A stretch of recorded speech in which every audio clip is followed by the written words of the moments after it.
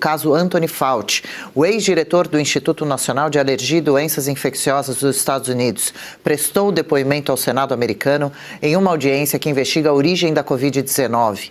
Durante a sessão, Fauci invocou diversas vezes a quinta emenda da Constituição dos Estados Unidos e se recusou a responder perguntas que, segundo a defesa, poderiam incriminá-lo. Parlamentares republicanos apuram o financiamento de pesquisas com coronavírus na China, a hipótese de vazamento de laboratório e decisões adotadas durante a pandemia. A audiência reacendeu o debate sobre a origem do vírus, claro. O tema continua sem consenso científico definitivo.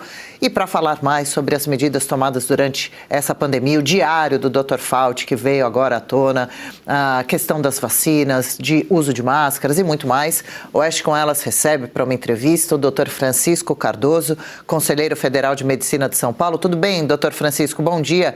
Obrigada pela participação por aqui. Bom dia, uma honra sempre. Honra nossa também, valeu. Paula Camacho faz a primeira pergunta. Bom dia, doutor Francisco, muito obrigada pela entrevista.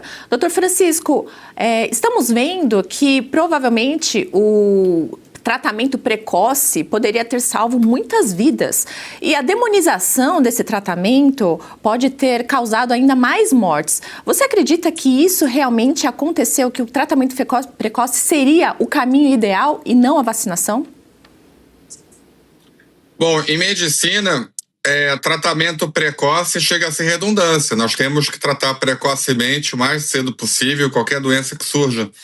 Eu até falei na CPI da Covid isso, eu não espero um câncer de mama ficar do tamanho de um abacate para tratar. E para tratar, eu não preciso necessariamente da melhor evidência imaginária do planeta. Eu trabalho com aquilo que eu tenho.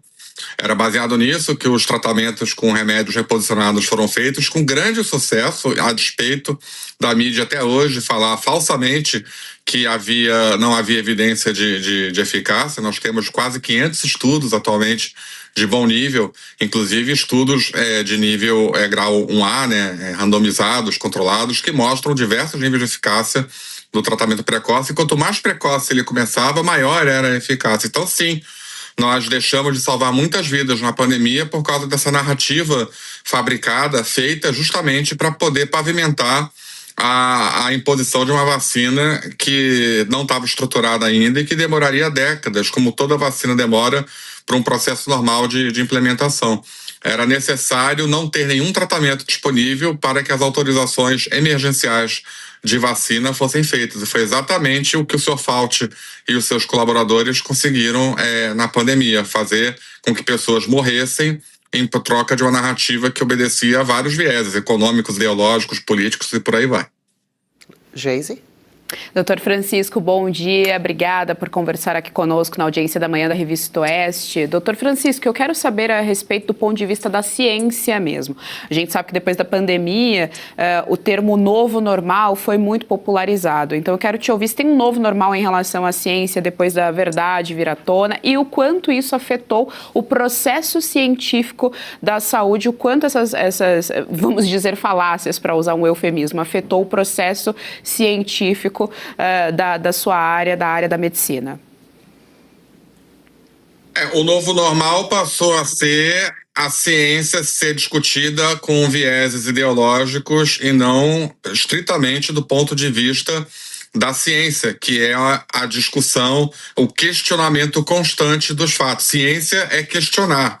Ciência é olhar para uma árvore e questionar por que aquela árvore existe e, a partir daí, elaborar hipóteses e testá-las. Isto é ciência. O que foi feito na pandemia não foi ciência. O que foi feito na pandemia foi uma narrativa de interesses industriais, econômicos, políticos, ideológicos, e a ciência foi trazida para envelopar essa narrativa como sendo uma narrativa científica perfeita e inquestionável. A palavra inquestionável não cabe num discurso científico. Então, o novo normal da ciência médica passaram a ser os chamados consensos científicos, que são ditos por aí, porque o consenso, ninguém sabe quem fez o consenso, quem assina o consenso, quem responde pelo consenso. Então, são termos usados para censura e imposição de ideias que, de científicas, como podemos ver nos diários do Anthony Fauci, nada tinham. Pelo contrário, o diário do Anthony Fauci confirma tudo que a gente vem falando nos últimos anos sobre as farsas envolvendo as políticas e narrativas da pandemia. E isso prejudicou muito a ciência médica porque ela caiu em descrédito. E hoje em dia é muito difícil você acreditar numa revista científica ou num artigo científico, está tendo que toda hora aprofundar esse artigo com lupa para poder descobrir se tem alguma falsidade ali ou não. Ludmila.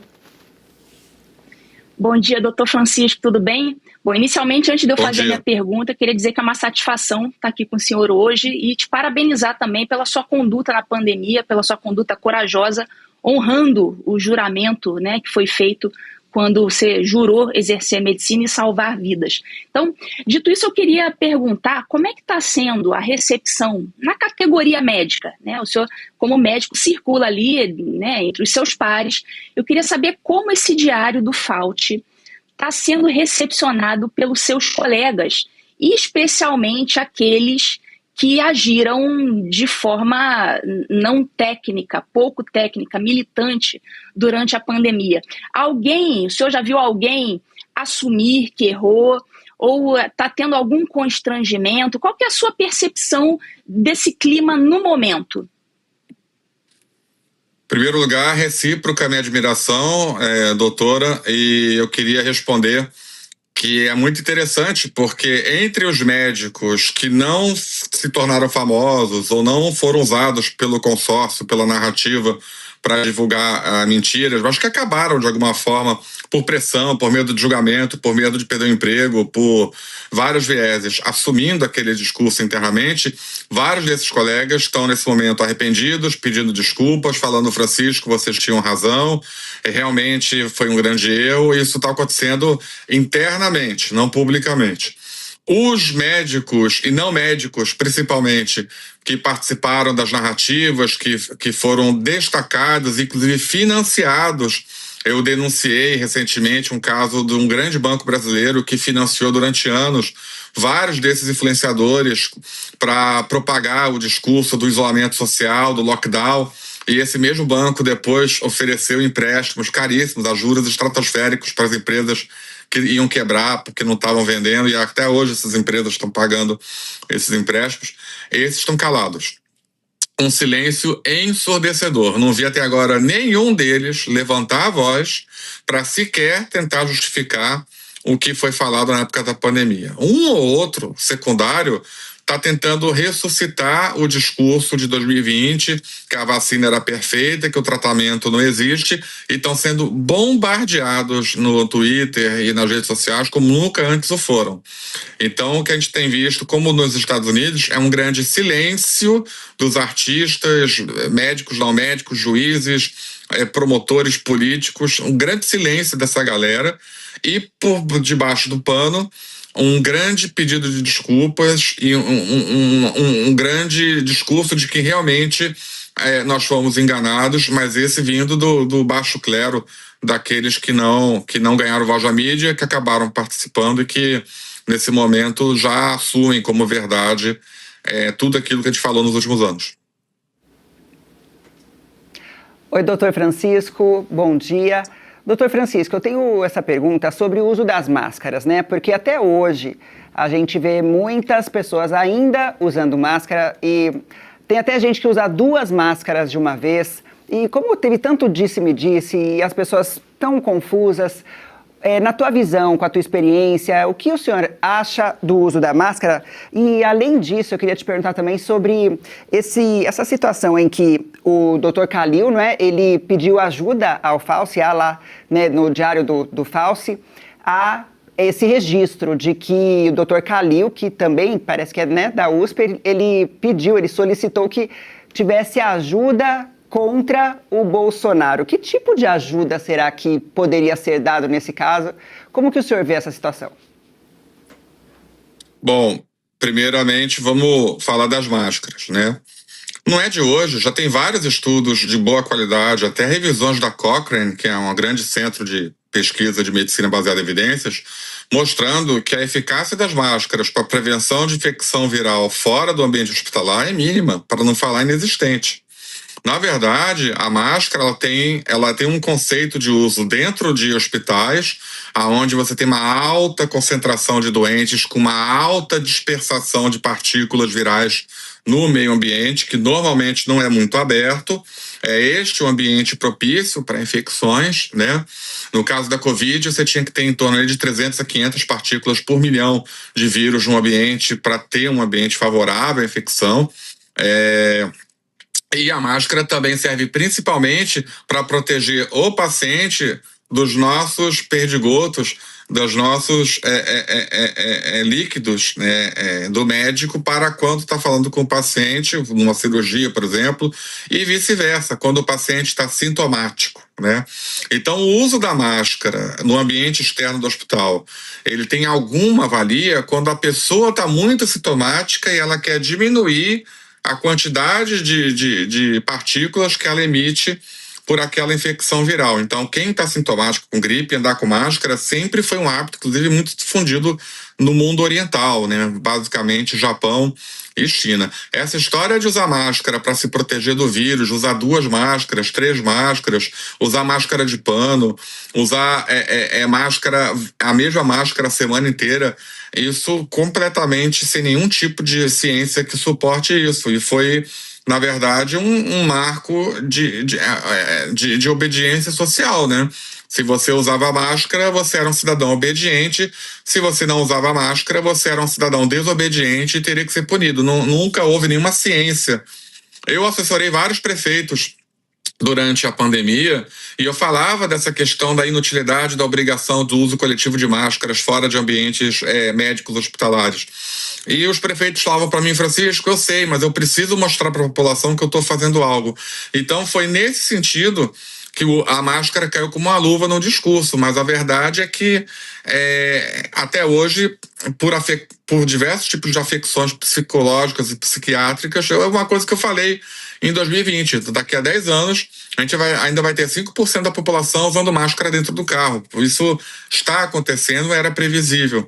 Mas a verdade é essa, né? Fora do ambiente para o qual ela foi projetada, dentro do hospital, o uso da máscara fora do hospital foi inútil, até porque a durabilidade de uma eventual segurança dessa máscara era de minutos, a horas, no máximo. Se você molhasse a máscara com o seu suor, já perdia o efeito. Então, infelizmente, mais uma grande mentira que foi propagada durante a pandemia, né? Fingir que estava fazendo alguma coisa. Essa foi a política da pandemia. Meu Deus, doutor, é tudo tão chocante. Uma das coisas que também mais me impressionou foi aquele fechamento de comércio. Eu entrevistei tantos comerciantes, pessoas que perderam os negócios de familiares, que dependiam desses empregos para jantarem. Um drama muito grande também a questão do fechamento das escolas. Puxa, que gap de ensino que ficou nas vidas de tantos jovens. Mas a pergunta e os comentários que mais aparecem aqui no nosso chat quando vem o assunto à tona, um atrás do outro, eu tomei tal vacina e hoje sinto tal coisa. Meu filho tomou vacina e aconteceu tal possível sintoma diverso. E por aí vai, né? Sobre essa questão das vacinas, que recado o senhor deixa para essas pessoas que hoje ficam se questionando? Eu tomei AstraZeneca, eu tomei Pfizer, eu tomei Coronavac. Importa agora saber qual você tomou, quantas doses tomou, se ficou com sequela, o senhor aconselha a fazer algum exame médico, esquecer isso totalmente, já não tem mais o que ser feito? É possível que algumas pessoas tenham ficado com algumas condições diferentes pelo medicamento consumido? Vamos lá. Em relação às vacinas, primeiro é importante as pessoas descobrirem que essas vacinas foram liberadas sem os devidos estudos de segurança e eficácia, devido justamente à necessidade de vendê-las durante a pandemia. Não se poderia esperar 10 anos para botar essa vacina no mercado. Dito isso, eu vou tirar do diário do Anthony Fauci, que ele mesmo escreveu. Tem várias passagens onde ele realmente concorda com a limitadíssima eficácia da vacina, questiona os efeitos da vacina, mas que era importante censurar e não falar nada para evitar prejuízos nos projetos de vacinação em massa que o FDA, ele, pelo NIH, estavam fazendo no mundo todo. O próprio Anthony Fauci diz que meses depois dele ter se vacinado com uma vacina de RNA mensageiro, a Moderna, ele sofreu um infarto pulmonar, causado por coágulo no vaso sanguíneo, que é um dos efeitos que a gente vem há anos falando que pode acontecer e somos censurados recentemente. Inclusive, eu sofri uma campanha de difamação do Ministério da Saúde junto com um grande jornal de São Paulo, onde tentavam dizer que eu estava mentindo quando eu falava dos riscos da vacina. Em relação às pessoas, de fato, nem deveria entrar muito nesse assunto, mas só para esclarecer, de fato, as que tomaram a Coronavac, elas têm tido menor quantidade de relatos de efeitos adversos do que as que tomaram as de adenovírus, né, basicamente a AstraZeneca, né, e aquela da Janssen. E quem mais está tendo relato de algum tipo de problema, qualquer que seja, são os que tomaram as vacinas de RNA mensageiro, que no caso é a da Pfizer e também a Moderna, que foi introduzida tardiamente no Brasil. O meu recado é simples: você está sentindo alguma coisa, procure um médico, mas um médico que saiba que existe isso, que não caia, que não seja da narrativa, e um médico que esteja disposto a investigar. Eu me recuso como médico a dizer que na medicina está tudo perdido. A gente sempre tem alguma coisa a fazer pelo paciente, se não for para curar, que seja pelo menos para mitigar ou para aliviar. Então procure um médico, tá? Se o médico não der bola porque você está para sua queixa, procure outro médico. É isso que eu recomendo. Porque, sim, infelizmente, a verdade, e esses números estão crescendo, de milhares e milhares, milhões de pessoas do mundo inteiro se queixando de alguma coisa que passaram a ter depois de tomar algum desses imunizantes. Isso não sou eu, basta abrir qualquer portal científico aí que vocês vão ver os artigos. Paula? Doutor Francisco, o presidente Bolsonaro, que era presidente na época da pandemia, ele foi contra o lockdown, ele foi contra a obrigatoriedade das vacinas, ele foi contra manter as crianças fora das escolas. Diante de todas essas coisas que estão vindo à tona em relação ao doutor Anthony Fauci, você acredita que é possível afirmar que o presidente Bolsonaro estava certo? O presidente Bolsonaro e todos aqueles que defenderam que o fechamento de escolas era inútil, que o lockdown era inútil e que a obrigatoriedade de vacina traria problemas, todos eles acertaram, tá? O problema é que politizaram o assunto para combater o presidente Bolsonaro. Então, a partir do momento que você defendia o óbvio, você passou a ser colocado num campo político da discussão e ser discriminado por conta disso. Essa foi a razão pela qual muita gente optou por seguir a narrativa oficial ou por se calar, porque não queria se envolver na questão política, né? Infelizmente, Bolsonaro escolheu muito mal o ministro da Saúde dele, não foi por minha vontade. Eu acho que eu fui um dos poucos médicos, assim, que tinha algum espaço público no Brasil, que se posicionou contra a escolha do ministro Mandetta para a saúde. Eu fiz um post na época no Facebook, teve milhões de visualizações, que posteriormente foi derrubado, mas depois voltou, aonde eu denunciava a farsa que era o deputado Luiz Henrique Mandetta e a desgraça que ele ia ser para a saúde, e não deu outra, né? O Bolsonaro pagou por ter escolhido errado seus ministros, mas que ele estava certo, estava. Doutor Francisco, além desses efeitos em relação à própria vacinação, que o senhor já trouxe aqui para a nossa audiência, na sua perspectiva, enfim, de consultório, qual outro efeito essa pressão, esse pânico artificial, completamente artificial, criado aí por essas ideologias, por esses cunhos políticos, quais outros efeitos esses pânicos geraram na saúde mesmo da população e na sua perspectiva de consultório? Bom, em termos do que eu vejo no meu dia a dia, nós temos dois efeitos que foram muito ruins. O primeiro efeito foi o da hesitação vacinal. Ao contrário do que a narrativa atualmente tenta impor, e a gente está tendo, por exemplo, um problema de surto de sarampo agora em São Paulo por conta de falta de vacinação, a hesitação vacinal ela é resultado direto das políticas públicas adotadas pelos governos estaduais, municipais, por tribunais de justiça e pelo Anthony Fauci e seus representantes durante a pandemia.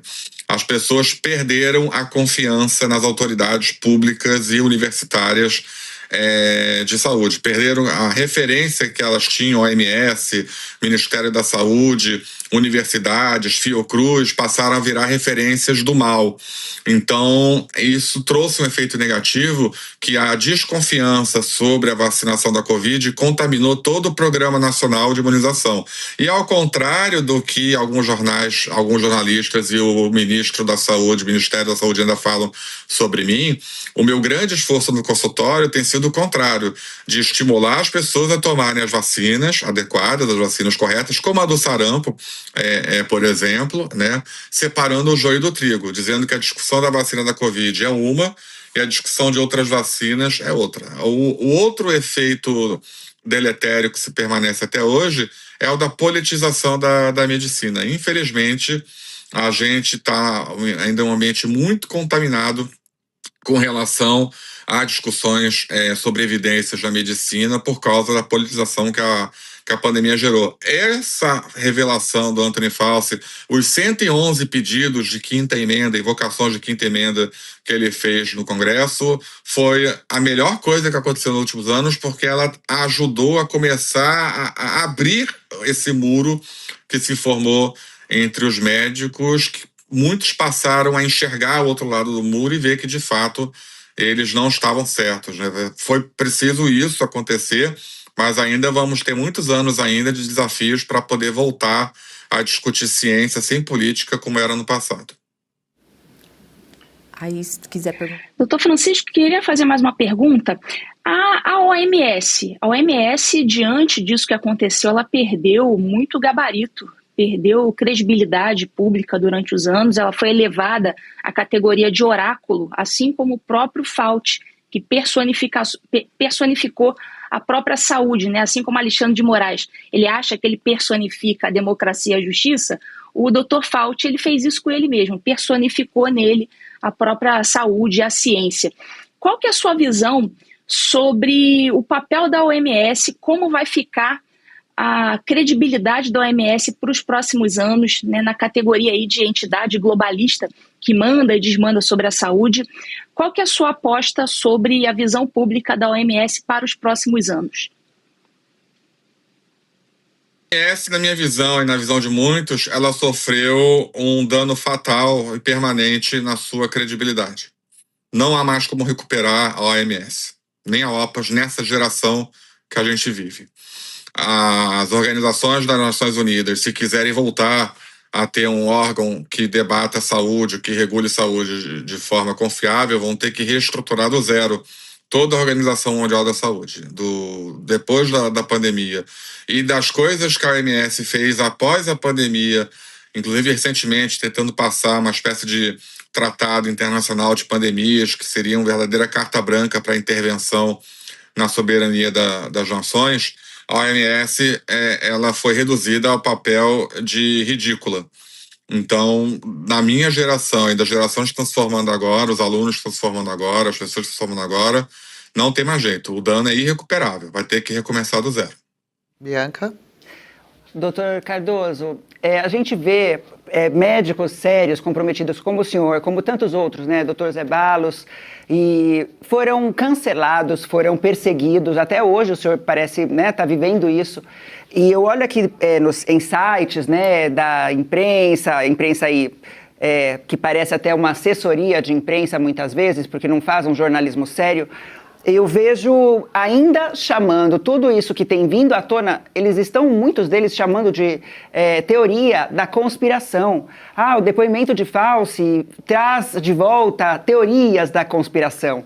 Então eles ainda tratam com desdém, com uma coisa assim como ridicularizar, e médicos sendo calados ou sendo censurados por jornalistas que não estudaram medicina, que não têm a capacidade para isso, mas se sentindo no direito de prejudicar a carreira de um médico sério, comprometido com seus pacientes.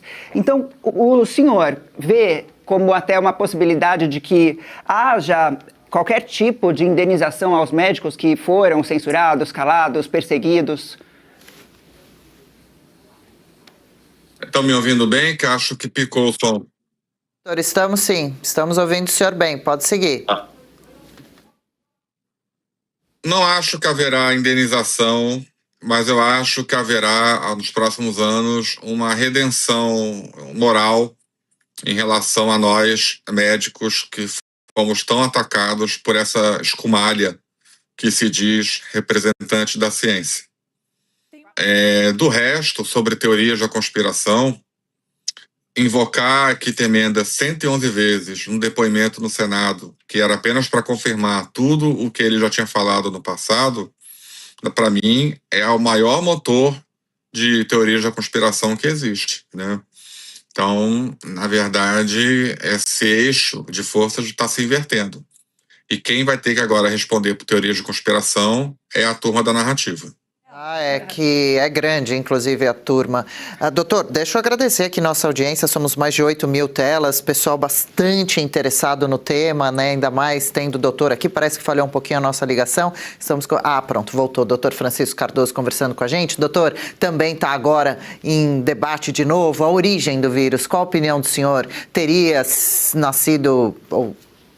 tido origem em Wuhan, no tal laboratório, um vírus chinês. Tá travado, doutor? Não, né? Tá tudo certo com a gente aqui.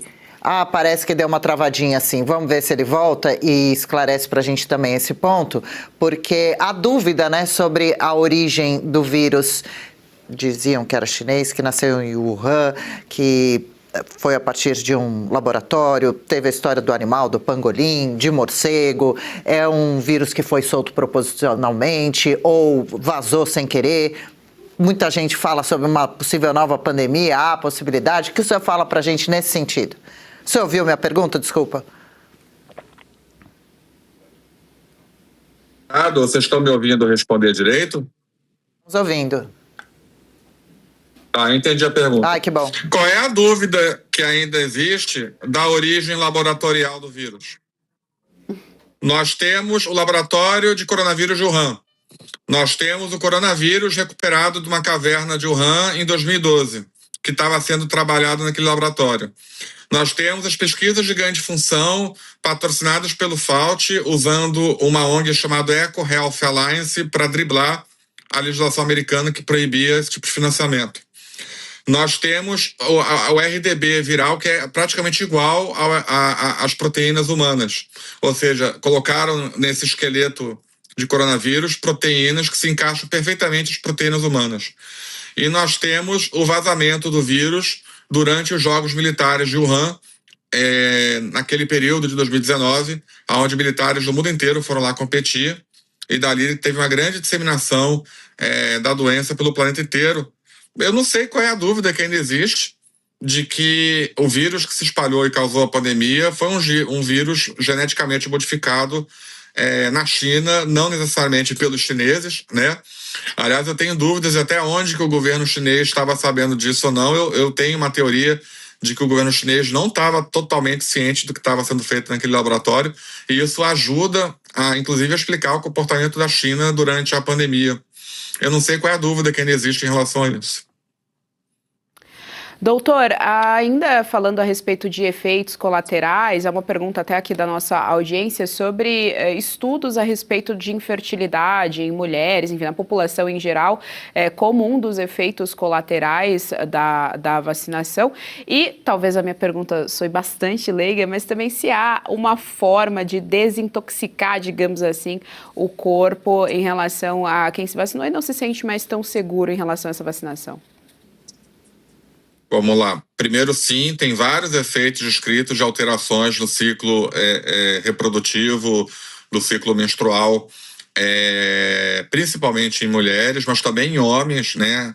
Vários homens evoluindo com redução drástica de quantidade de espermatozoides após essas imunizações, com mais força do que após a doença. E principalmente na combinação vacinação e doença menos de 30 dias depois. Porque é uma vacina que protegia, mas todo mundo pegou Covid depois de tomar a vacina. Então, eu não entendo bem que vacina é essa que defendem. Eu não gosto do termo desintoxicar, tá? Ele, infelizmente, é um termo que, para a medicina, ele tem que ser restrito a situações muito específicas. Mas se você, por algum motivo, em qualquer época da vida, for exposto a qualquer questão ambiental ou medicamentosa que lhe causou um dano, que ele causou um prejuízo funcional no organismo, existe uma chance de tentar primeiro diagnosticar o que é isso e no diagnóstico tentar mitigar, diminuir até mesmo curar. Então, nesse aspecto, vários grupos em vários países têm pesquisado e feito propostas de tratamentos para diversas situações da chamada síndrome de pós-Covid, que ano passado, finalmente, o próprio Ministério da Saúde reconheceu que existe, com muito atraso, mas reconheceu que existe. Mas o termo desintoxicar seria basicamente eu tirar algo que está dentro do teu corpo através de algum tipo de tratamento. Não é necessariamente essa a lógica que funciona no tratamento de efeitos colaterais de medicamentos ou de tratamentos. Já sei que para o leigo funciona muito assim. O problema é que isso abre a porta para muita picaretagem que existe atualmente também, que a gente tem que tomar cuidado com relação aos chamados detox, né? Infelizmente, a gente tem que dar esse alerta.